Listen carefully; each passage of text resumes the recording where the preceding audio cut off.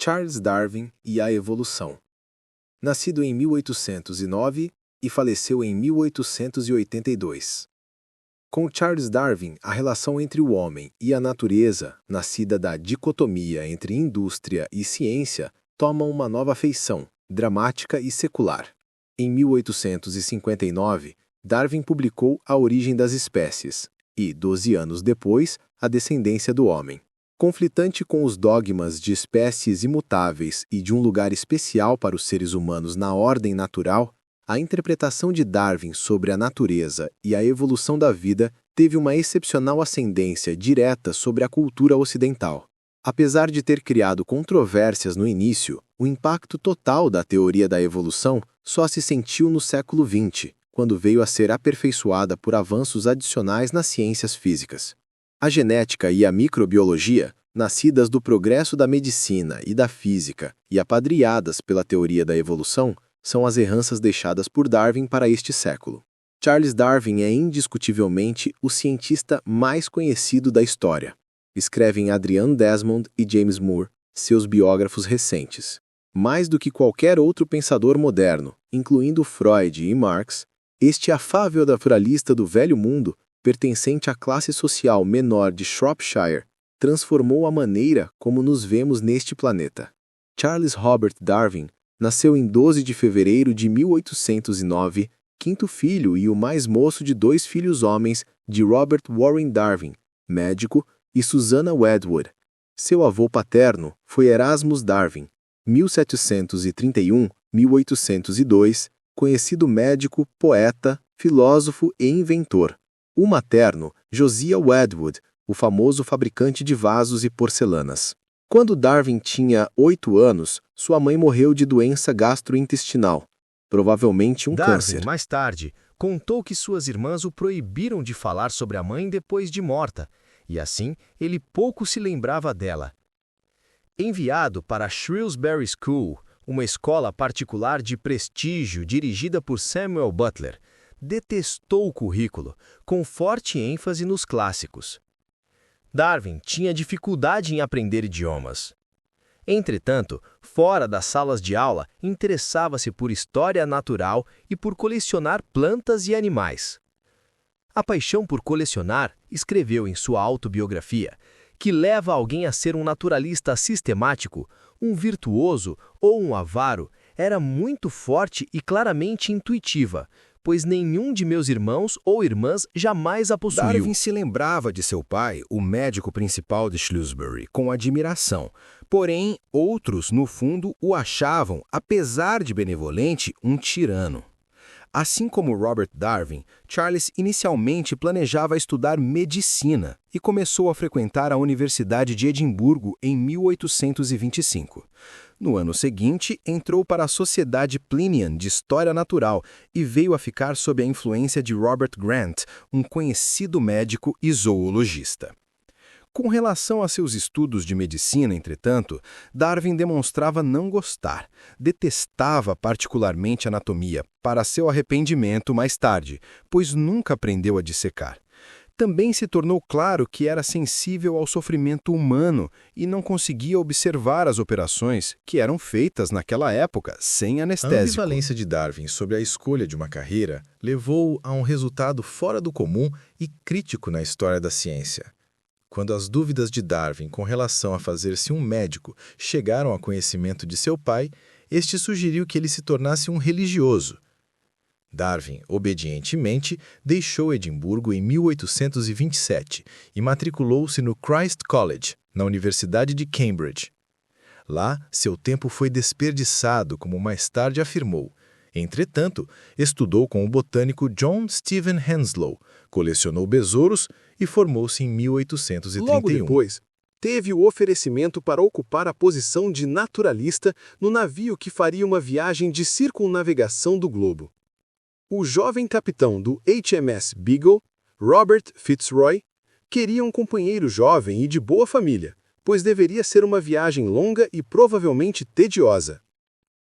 Seu propósito era o reconhecimento da costa da Terra do Fogo e do litoral do Chile e do Peru, e a visita às ilhas dos mares do Sul e o arquipélago das Índias. O nome de Darwin foi proposto por seu professor Henslow, como sendo amplamente qualificado para colecionar, observar e anotar. Vencendo as objeções de seu pai, Darwin estava a bordo do Beagle quando este zarpou em 27 de dezembro de 1831. Não retornaria à Inglaterra por 5 anos. Na literatura popular sobre ciência, a viagem de Darwin no Beagle tem um lugar especial. Algumas vezes, contada como uma aventura em que Darwin é retratado como um homem fisicamente vigoroso, aventureiro, de espírito corajoso, inventivo e divergente, quando em dificuldades, e constantemente levado para além dos limites de seu ambiente natural por algum impulso desconhecido. Na verdade, o Beagle fundeou em Montevidéu quando o país estava em meio a uma revolução.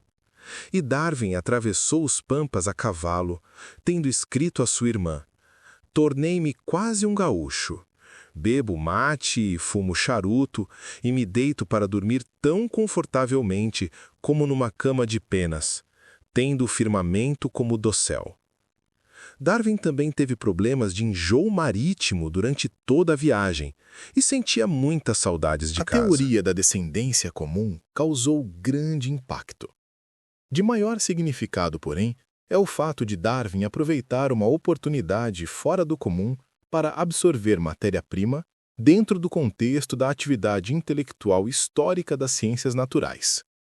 Inicialmente, seu interesse primário era a geologia, e a grande influência sobre ele foi de Charles Lyell, cujo trabalho então publicado, Princípios de Geologia, ele havia lido com interesse durante a Darwin viagem. também colecionou exemplares da flora e da fauna. Usava cadernos de campo para escrever suas observações expandidas sobre a forma de diário. Notou com interesse as pequenas diferenças entre a população de pássaros e de tartarugas nas ilhas vizinhas a Galápagos. Também sentiu que sua competência para observar melhorava.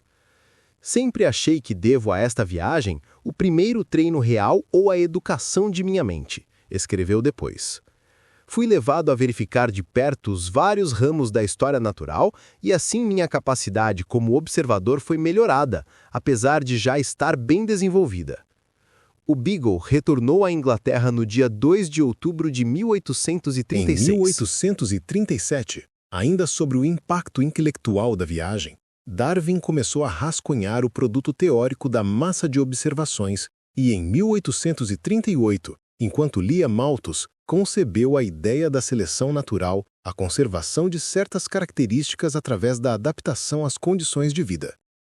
Entretanto, não publicou sua teoria nessa época e continuou a acumular dados.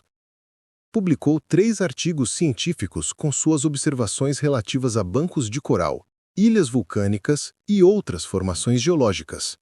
Esses artigos deram a Darwin uma sólida reputação profissional. Na Dalhouse, fora dos limites de Londres, onde Darwin morava desde 1842, dedicou os anos de 1846 até 1854 a uma pesquisa sistemática sobre a estrutura das cracas, os crustáceos indesejáveis que se distribuem por todo o mundo se incrustando nos cascos dos navios. Fez um terceiro rascunho da sua teoria em 1856. Porém, mesmo sendo pressionado por Charles Lyell, agora um amigo pessoal, recusou-se a publicar. Por outro lado, Darwin estava ansioso para estabelecer uma prioridade para suas ideias científicas, mas acreditava que somente uma apresentação teórica, apoiada por uma gigantesca quantidade de fatos, seria apropriada. Em 1858, Alfred Wallace, um naturalista amador que também havia viajado para a América do Sul, enviou a Darwin uma exposição muito clara da teoria da formação das espécies, o que o obrigou a trazer suas ideias a público. Artigos separados feitos por Darwin e por Wallace foram lidos pela Linnean Society, e a ascendência de Darwin foi estabelecida. O ano seguinte foi o da publicação do seu livro A Origem das Espécies pela Seleção Natural ou a Preservação das Raças Favorecidas na Luta pela Sobrevivência. A Origem teve um impacto imediato e controverso sobre os cientistas, sobre os leitores em geral e sobre os teólogos. O mais famoso aconteceu numa reunião da Associação Britânica, onde o bispo de Oxford, que ignorava a teoria de Darwin, mesmo assim a ridicularizou. O bispo foi induzido ao silêncio por Thomas Huxley, chamado algumas vezes de Bulldog de Darwin, que declarou preferir ser aparentado a um macaco a ser um homem de habilidade comprovada que usava seu cérebro para perverter a verdade. Como aconteceu com a Revolução de Copérnico e com a hipótese de Freud sobre a mente inconsciente, a obra de Darwin era tão poderosa que exerceu grande influência bem antes de qualquer prova experimental.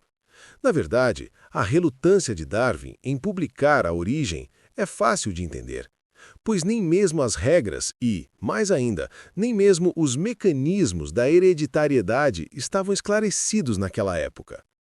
Se as tendências eram mescladas, como acreditavam originalmente os biólogos, por que não seriam as adaptações individuais diluídas e destinadas a desaparecer em algumas gerações? Este problema preocupou Darwin a tal ponto de ele ser levado a adaptar uma solução quase lamarckiana, conhecida como pangênese, no final de sua vida.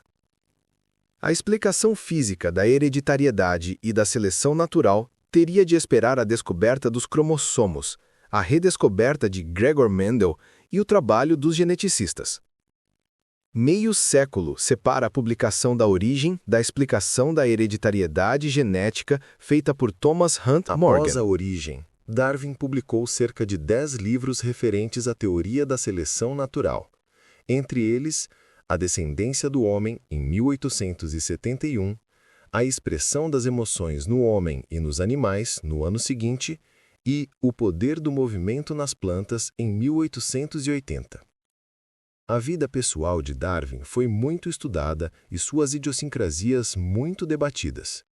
Em 1839, casou-se com uma prima em primeiro grau, Emma Wedgwood, que lhe deu 10 filhos, 7 dos quais chegaram à idade adulta. Durante grande parte do final de sua vida, Darwin sofreu de uma doença cujo diagnóstico não é muito claro e que pode ter sido psicossomática. Quando escreveu Origem, Darwin era ateu. Mais tarde, tornou-se agnóstico. Quando morreu, em 19 de abril de 1882, foi enterrado na Westminster Abbey, perto de Isaac Newton. Charles Darwin, por sua grande influência no pensamento humano, deve ser destacado entre os grandes homens da ciência: Aristóteles, Galileu, Newton, Lavoisier e Einstein. Assim escreveu A. E. Mackenzie, em sua obra clássica de História, As Maiores Realizações da Ciência, publicada há uma geração.